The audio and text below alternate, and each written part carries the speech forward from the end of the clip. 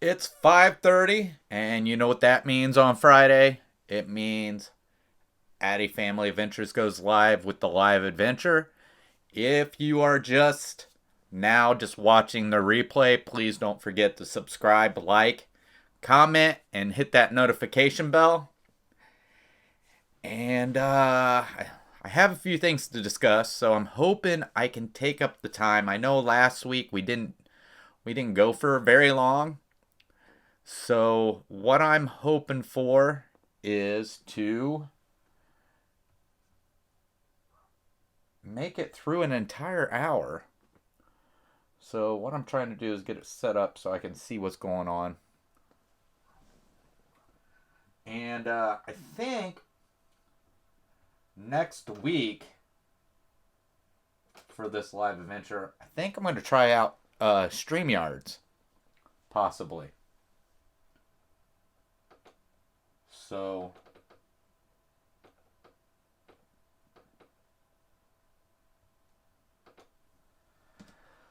So, StreamYards is what I might possibly try that out next Friday. We'll just have to see.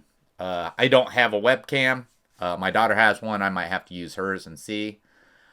But that, and then there was some stuff that, of course, came from D23. I'm a little slow on it, but some of the things I was kind of really excited about. One of the things I'm excited about is the Journey of Water they're going to be putting in at Epcot. That's going to be inspired by Moana. It looks really neat. It looks like something that I would really like to go do. They're doing a sing along for Beauty and the Beast in the France Pavilion, and it's supposed to be something like the Frozen sing along that's over at Hollywood Studios. So I'm really hope I get to see that. The Space 220 restaurant is opening at the end of this year at Epcot. So lots of things going on at Epcot. So I know Runaway Mickey. No, what is it? Mickey and Minnie's Runaway Railway Runaway. Either one. It's gonna. I think it opens next year. So I think that's probably gonna be the final thing for Hollywood Studios for a while. That's the last thing left. Well, it's coming in after the second half of Galaxy's Edge. So the second half of Galaxy's Edge for uh, Hollywood Studios, I think it opens December 5th. The second part of that. So, but I'm really excited for a lot of stuff that's going on there. I hope we get to go down there and see a lot of it. I I'm hoping we're gonna be able to go in November. So that I'm really excited about. One movie by Disney that's supposed to be coming out this year, and I have not heard much about it. And I'm hoping it didn't get scrapped because I really wanted to see it. And is the Jungle Cruise, and it was going to have Dwayne Johnson, The Rock, in that. So I'm really hoping to see something. I really want to see that. But other things, we've got tomorrow we will be recording. We're going to a cancer walk, so we're going over there, and we're recording. Gonna record that, and I'm not gonna say it's gonna be fun because it's probably. I mean, it's for a good cause. So, but maybe I'm sure we'll have a good time doing it. I think we're supposed to have like a dinner, and then we do the walk, and I think we are going back to Margie's parents for like ice cream and cake afterwards. I doubt if I record that, but I'll record the walk, of course. Uh, let's see. So I there's not a lot of stuff I can really think of. There was one thing when I was down at Walt Disney World I did not show. I actually bought a deck of Sabacc cards. And if you don't know what Sabacc is the game Han Solo won the Millennium Falcon from Lando Calrissian. So, and my wife and I played it. It's kind of fun. It's a different kind of game. You would think it'd be more like poker, and it's not even like poker. It's a really really different game. Uh, so let's see. This week I've been late on both my videos. The first video was late because I didn't think it would take me so long to edit it, and it took me 4 hours to edit one video. So that that really I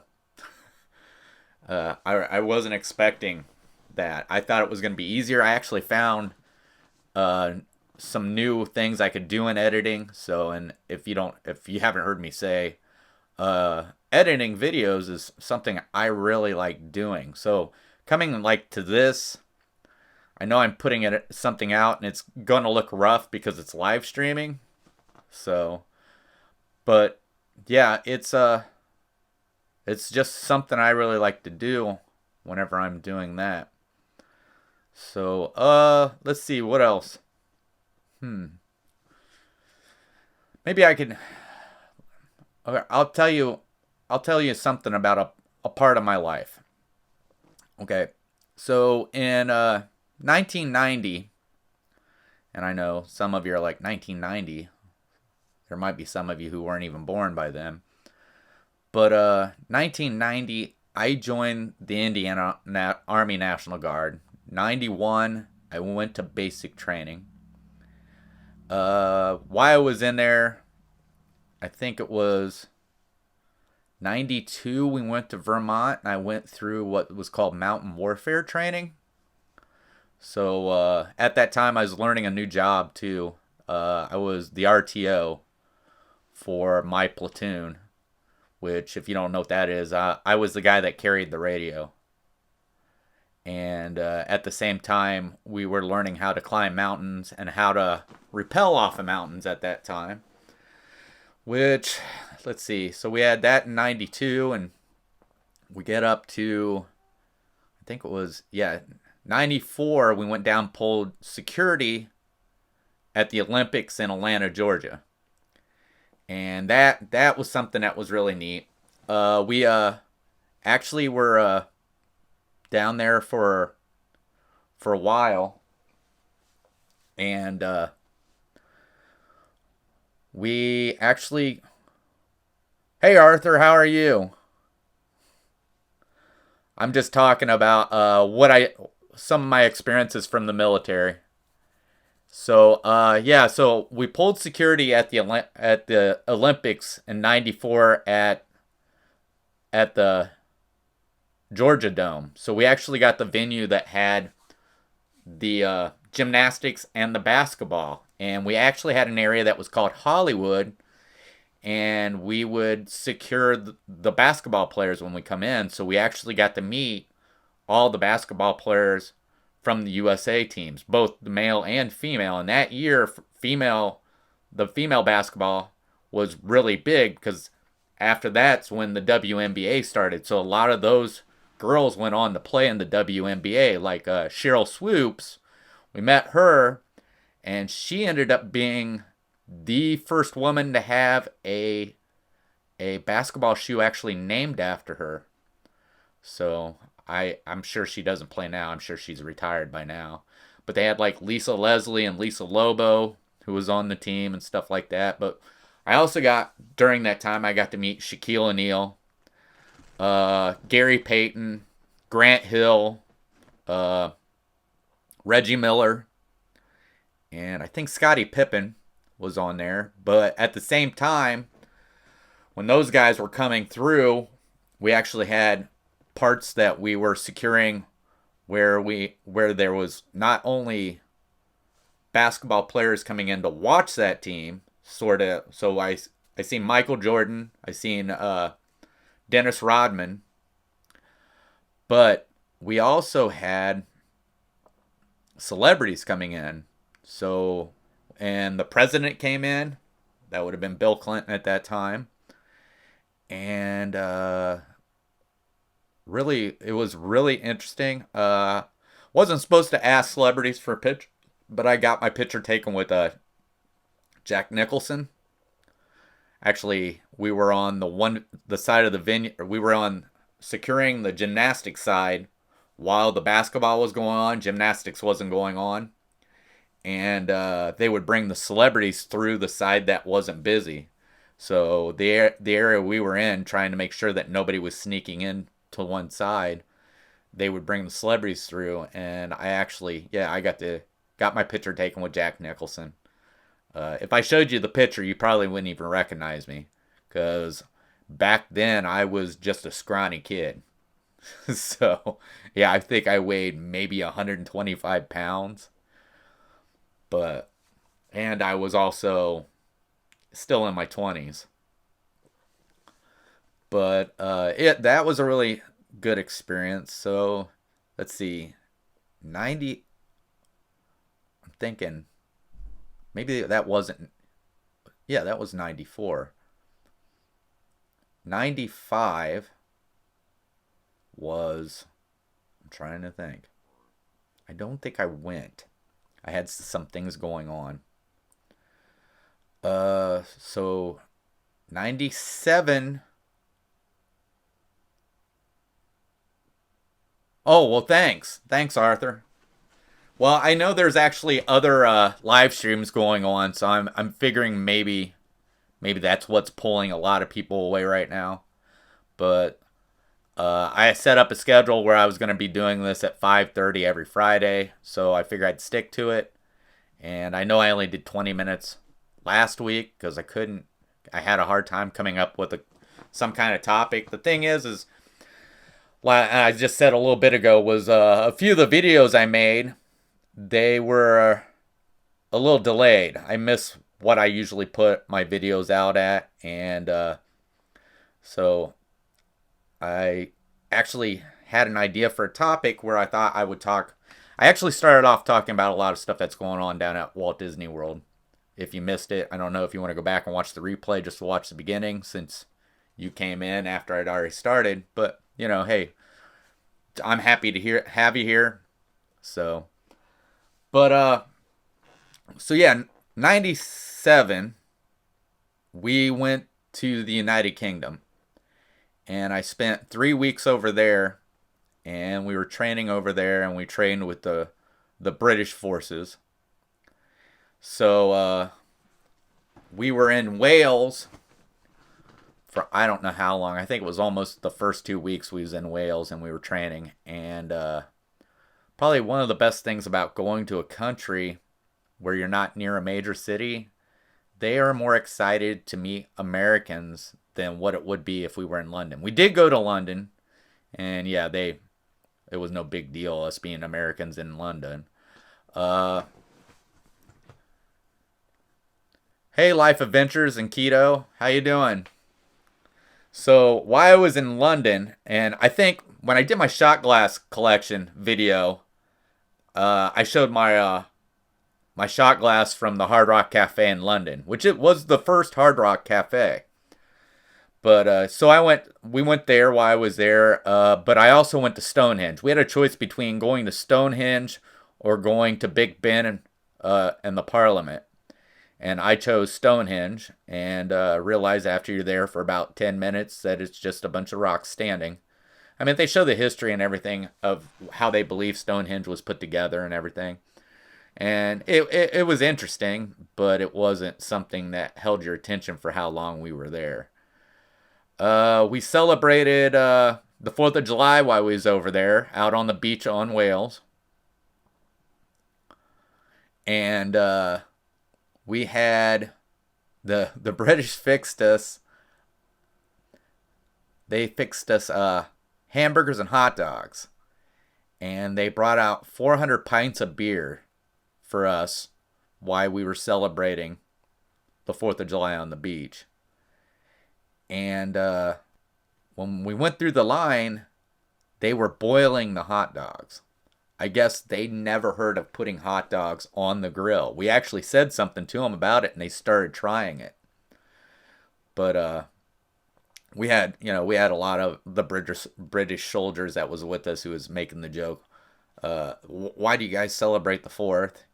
And stuff like that.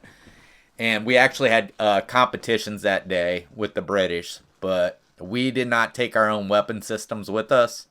We ended up having to use their weapon systems, and their weapon systems are a lot different than what ours are. And from there, I'm trying to think. The rest of the time was just regular training. We played Op 4. If you don't know what Op 4 means, it's short for opposing force.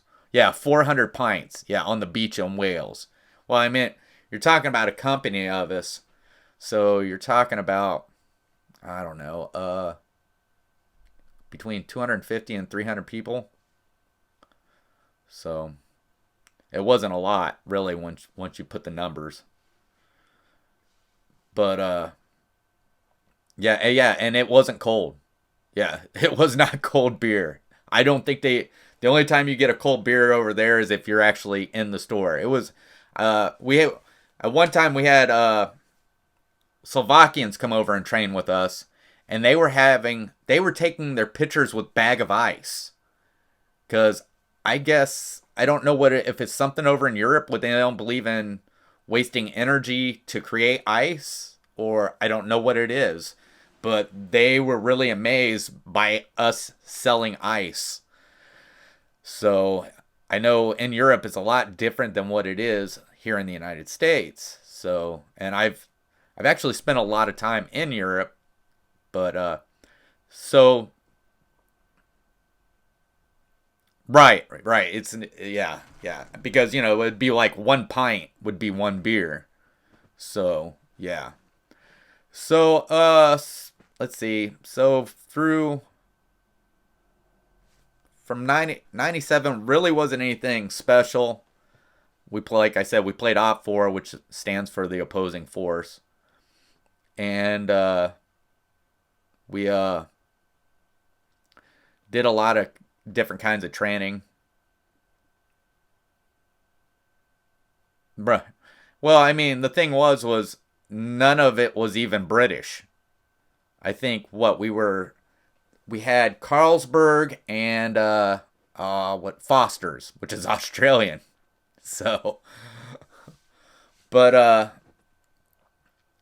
so in 2004 was my first deployment, and I was deployed over to Bosnia for a peacekeeping mission. It was still considered a combat zone, so we got combat pay while we were there, and while we were there, or before we got there, we went into Germany, and we trained up in Germany in a place called Hohensfeld, Germany. It's a Hey, what's up, Nathan? How you doing? Thanks for stopping in. But Hohensfeld, Germany. If there is a bad place to go, it's Hohensfeld, Germany.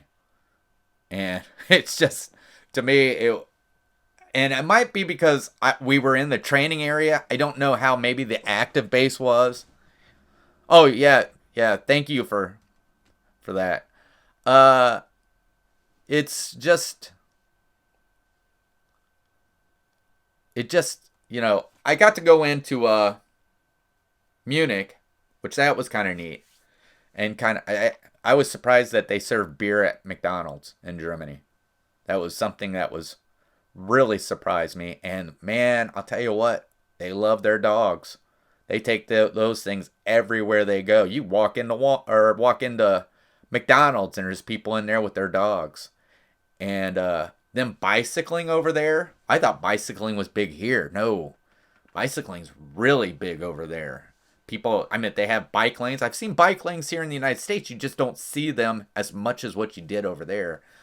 Uh, let's see. I got to drive on the autobahn, which it sounds like it's something that's great, but it's not. And there's only certain areas of the autobahn where there is no speed limit. There is speed limits in certain areas of the autobahn. And then we went down to Bosnia, and when we got to Bosnia, we had to do left seat, right seat training with the people we were replacing, and we ended up having to stay in the gym until they left so we could get our rooms. And while we were there, uh, something broke out in Albania, and they were talking about, since we were the closest force that was infantry, that they were talking about extending the guys we were supposed to replace and send us down to Albania to help out with what was going on there. But luckily, it all got taken care of. We didn't get sent down there, and we were in Bosnia. And Bosnia is a beautiful country. It is. It's the climate is more like where I'm from. I don't know if any of you know that I'm from Indiana, so, but that's what the climate was like there. And you have a mixture of people. Of course, you had they were called Serbs, and those were people that lived in Bosnia that claimed to be Serbian. And then we had Croatians, who were also people who lived in Bosnia that was from Croatia. And then you had Bosniaks. Bosniaks were your Muslims that were there. And their kind of Islam is a little bit more, how do I want to say it, liberal than what the Middle East is. It was, and I'll put it this way, it wasn't unlikely to see a Muslim woman in a miniskirt there. I mean, they dressed like us. It wasn't like what you would see in the Middle East with the burqas and everything like that. It was more of a liberal Islamic belief over there. And we did something over there that nobody had ever done before except for special forces. And they actually moved us out of the bases and they rented houses out. We lived out among the people that lived there in Bosnia. Now, we did always have security up. Somebody was always up and watching. So it was never like the house was unsecure we was in. And the houses that we always found were houses, yeah, very liberal for Islamic, yeah. But yeah, the houses we were in, they were something that they made sure was something we could secure. I actually lived in three. Actually, one was a base that they turned into a lot house. It was the base I actually started at, and it was called Camp Morgan. And this base wasn't very big. You could probably sit this base probably easily into any baseball park or football stadium in the United States. It was not big at all. It didn't take long to get from one side to the other of it on foot. So, matter of fact, where my room was, it was almost like going to the chow hall was walking to the other side of the base. It was probably the smallest base I ever stayed in. So, but it was only built for one company, and I know you're like, well, if you don't know what the size of a company is, a company is usually like maybe 4 or 5 platoons, and each platoon has nearly 30 guys in it. So, but yeah, it's I was there for the first part of it, so they considered that a lot house. That's what they called those, were lot houses when they sent us out to live. And then here's what's funny. All right. They offered the British Camp Morgan, I believe it was, for $1 million. And the British didn't want to buy it. So our government gave the base to the British. So weird. $1 million and then decided just to give it to them. So we had to move off the base so the British could come on. But at the same time, we always did have other foreign nations with us. I think while I was over there, I worked with some British. We worked with Slovakian. We worked with Romanian, Portuguese, and actually the Romanian. I actually met a guy who was a direct descendant to Vlad the Impaler, which that was really neat. And let's see, I may have forgot to tell you, but I'll go back to that after I'm done talking about Bosnia. So it was the only thing that was wrong with Bosnia was the pollution, and there were still a million mines that were still laid out. So you had to watch where you went anytime you were on foot and outside of the vehicle. And we had to go and patrol an area they called Lost City. Now, the reason why it was called Lost City is because at one time there was a city there, and after everything that had happened there, the city had been completely demolished. And when you go over there, the only thing you can see is just the foundations of houses and buildings and everything like that. And there was times we would have to do a sort of just a check through on that area, and it took us about 15 minutes to drive through it, and then we'd head back to the base. But it's just when you see stuff like that, I mean, you think you see things that's horrible here in the United States, and really, you get outside of here and you get into some of these countries, and you would not never believe how people treat each other, because it's just unbelievable. I mean, I understand we have bad things here in the United States, but still, I don't think I've seen or heard anything that I thought was worse than what I'd seen, whether it was in Bosnia or when I went to Iraq. So, but I was going to bring that up. I didn't bring that up. When I was in Great Britain, I actually met Prince Andrew, who is, if you know anything about British royalty, Prince Andrew is the brother of Prince Charles. And he had a token rank in the military. And when he came up, he didn't introduce who he was or anything like that. He just come up and started talking to us and asking us about what we did back in the United States. And he was just generally interested in us, is what it was. And I mean, he was just like meeting any other guy. So yeah, I've met royalty. So it was really neat. And the only way I knew who he was he had a ring on his finger, and the ring had an A with a crown over it. And that's when I realized who he was. I don't really follow the royal family, but I do know somewhat about it. So, but actually over there when we was in Britain, when we told them that there's people in the United States who really follows the royal family, they were really surprised. They were like, "Why?" I was like, "Well, I just know that we have people in the United States." So, yeah, Bosnia, it was different. It was compared to Iraq, Bosnia was like a vacation. It was basically more like being a fireman, where maybe fireman not isn't a good thing. Most days we would have a mission that would take us about 8 hours, and then we'd come back, and then we were off for the rest of the night. And then we would have a QRF day, and QRF stands for Quick Reaction Force.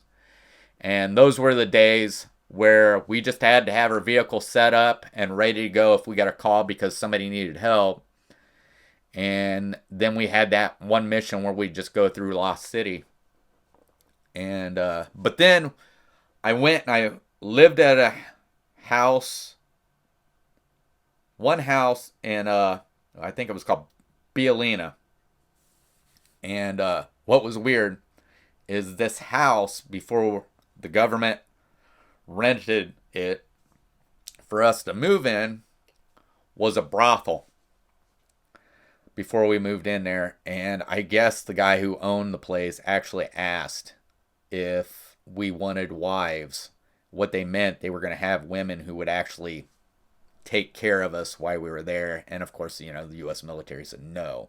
Now, the one part I would have took if they were going to do our laundry. I would have been fine with having somebody do my laundry while I was there. But that's the only thing I was looking for, would have been happy with, to just have somebody there to do my laundry. But so they had a sandwich place over there in Bielina, because when we were out there, it wasn't like we got food from the military. They actually gave us money to actually spend on the economy over there to go out and eat. And there was a sandwich shop called Stan and Ollie's. And yeah, it was named after Laurel and Hardy. And they had a big picture of Laurel and Hardy. If you don't know who Laurel and Hardy is, they're old black and white comedy duo. And they you could go there and get submarine sandwiches, somewhat like what you would get at like Subway or Quiznos. But what one thing I like that they did, that they put onto their subs, that I've never noticed that they did at some of these shops here in the United States, which I wish they would put sliced up boiled hard boiled egg on your sandwich. And man, does that really taste good on a sandwich? I never knew that until I actually ate over there. To kind of give you an idea of what it was like spending money over there, we went to a place, and this was called the Birchco District. And the Birchco District, the reason why it was called a district was because Bosnia was actually broke up into two different parts. It was the Republika Srpska and the Federation. Well, the Birchco District sat on the line, so that's why it was a district. And they had this restaurant there called The Line, and it was a steakhouse. And I had a Coke. I think I got a cucumber salad, a steak that was about that thick, and it was a pretty good big portion of steak, and steak fries, and our money for about $1.50. And it was like eating at a very fine restaurant. So there it was a real experience being in Bosnia, and I probably would go back if I ever got a chance, just to go back and visit. So I actually, a lot of our interpreters we had over there, I actually still have friends on Facebook. Still friends with them on Facebook. So in 2008 is when I deployed to Iraq. And that's when you really get your eyes open, when you actually, all those years that you've been training for something like this, and then you actually go into it. Now, I'm not going to stand here and tell you that I seen what you would see in the movies, because they weren't, it wasn't that type of war. I'm not saying it didn't happen over there. The area I was in, it didn't happen. We had no firefights. But we did come across IEDs. If you don't know what an IED is, it's oh my gosh, improvised explosive device. And it was what they were setting out to try to take us out.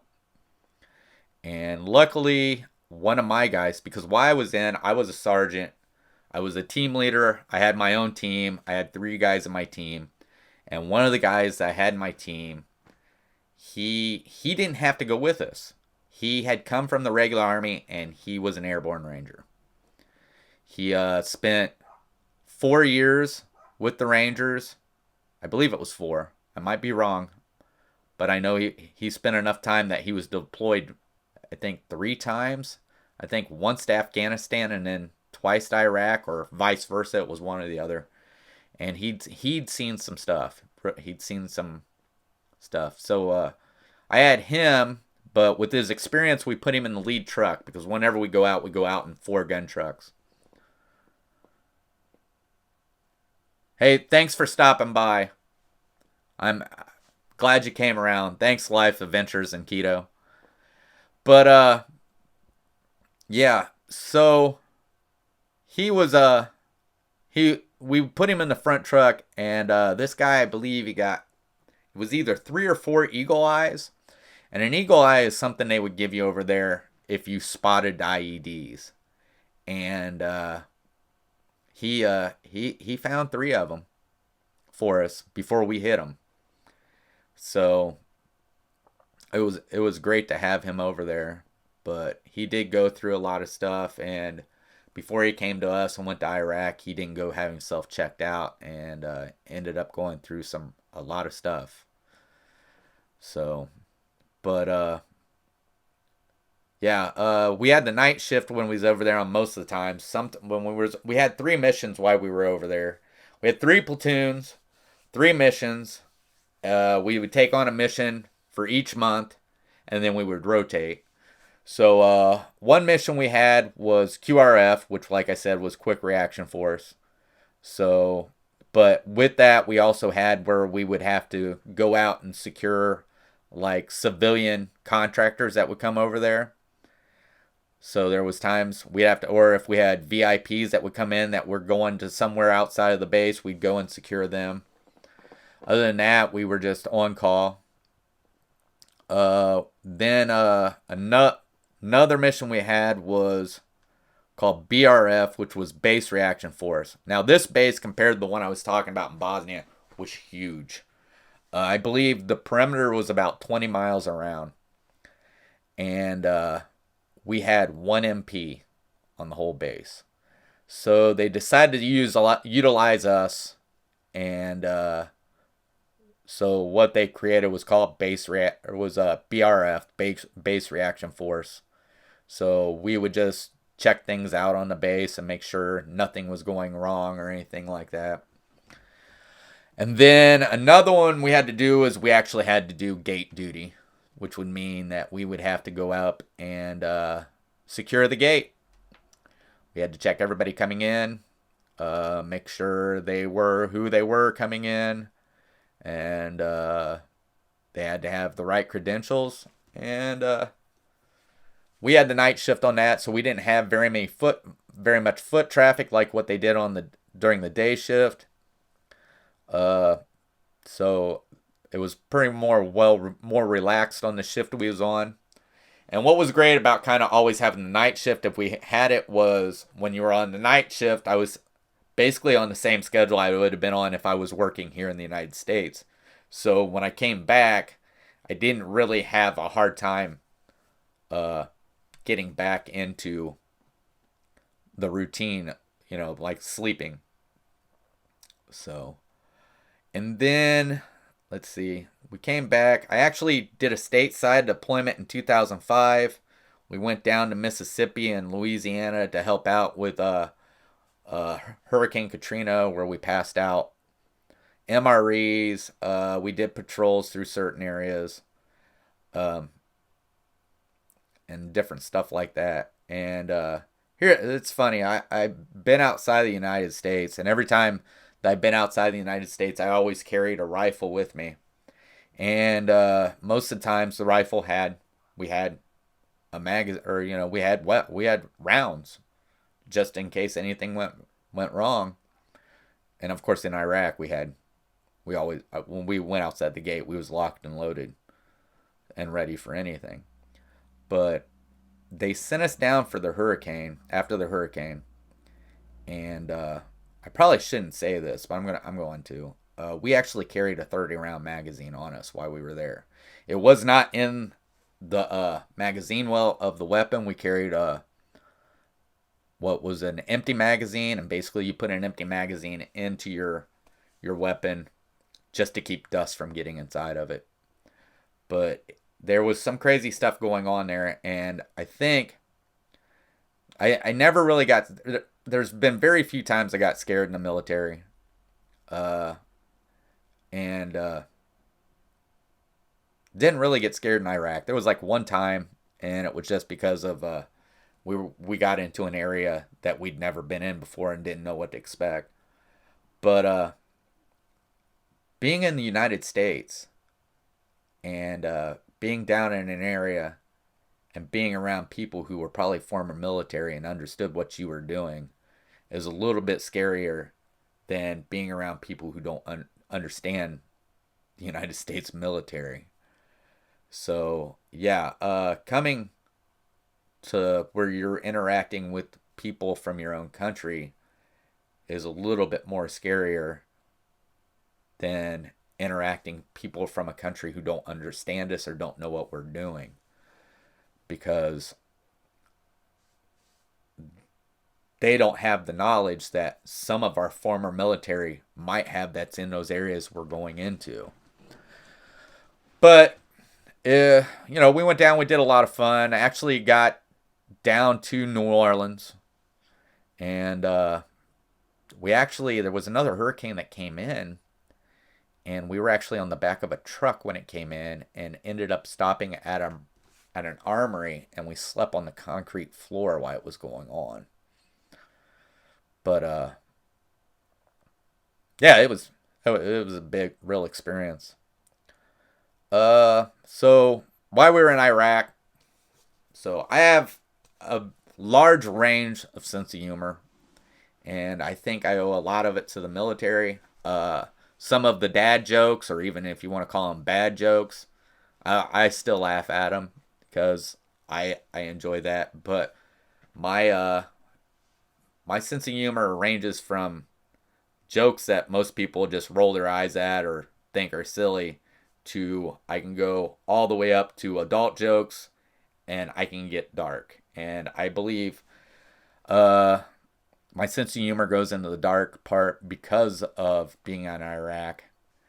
And, it may have been that way before, but not as bad as what it is today. Because, when you're in an area where they're having memorials over and over and over again for people that are being taken away, I'll say it that way, from us, you kind of have to develop something. And so a dark sense of humor kind of does develop because it eventually gets to the point where, and it's gotten to the point that it was like that over there where I'm desensitized to death, I believe.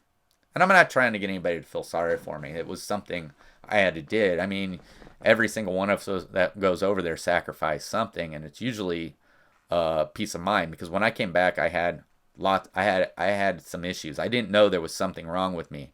It took me 2 years before I really found out there was something wrong with me, and I actually did get help. And I think that but in that 2 years, I almost lost my house. I lost my education because I was going to college. But worst of all, I almost lost my family, which I'm happy that didn't happen. But yeah, yeah, it's so. I mean, the thing is, a lot of people usually thank you for your service, and just remember that when you're thanking somebody for their service, you're thanking them for what they sacrifice. And sometimes that sacrifice is just a piece of their mind. So, but let's get off that. What else we want to talk about? We got about 15 more minutes left. Let's see. I don't know. We talked about Disney. We talked about what we're doing this weekend. I'm thinking about going to a place called Trader's World. And it's just a great big like swap meet or flea market. And I'm thinking about going down there and looking around. And I'm thinking about doing a video down there for that. Or we might find something. We still got our Underground Railroad series going on. That I think we've done 3 videos so far. Waterfalls. We did one for waterfalls, and I wanted to go and do more waterfalls because I really like going to the waterfalls. So I know that there's lots of stuff that we're talking about, and the thing is sometimes we have weeks that come up where the money's just not there to go do something. So sometimes you'll get one video from me, and then you'll get something where, like this week, where I rank Star Wars video or Star Wars movies. So, but like I said, the Star Wars movie is the one that took me 4 hours to edit. I'd actually just recently discovered something new I could do, and I really didn't think it was going to take me that long to edit, and I ended up missing my when the time I usually put out, and when that happened, that knocked the next video out. So so those videos came out on the day they normally do. They just came out later because I try to hit it at 3 o'clock Eastern time on my videos. And even if I do an extra one, I try. Mondays was on time. Wednesdays was off. Thursdays was off. But I wanted to make sure at least I got in here and did this at 5:30 when I said I would normally do these on Friday. And sometimes I'm working hard on videos. I have a hard time coming up with a subject to have while I'm live streaming. But yeah, so I hope everybody that came in remembered to hit that like button. And it's a little early, but we almost made it. So I think I'm going to cut it off here. I basically put out everything I can put out. Just gave you some information on my life, in the military.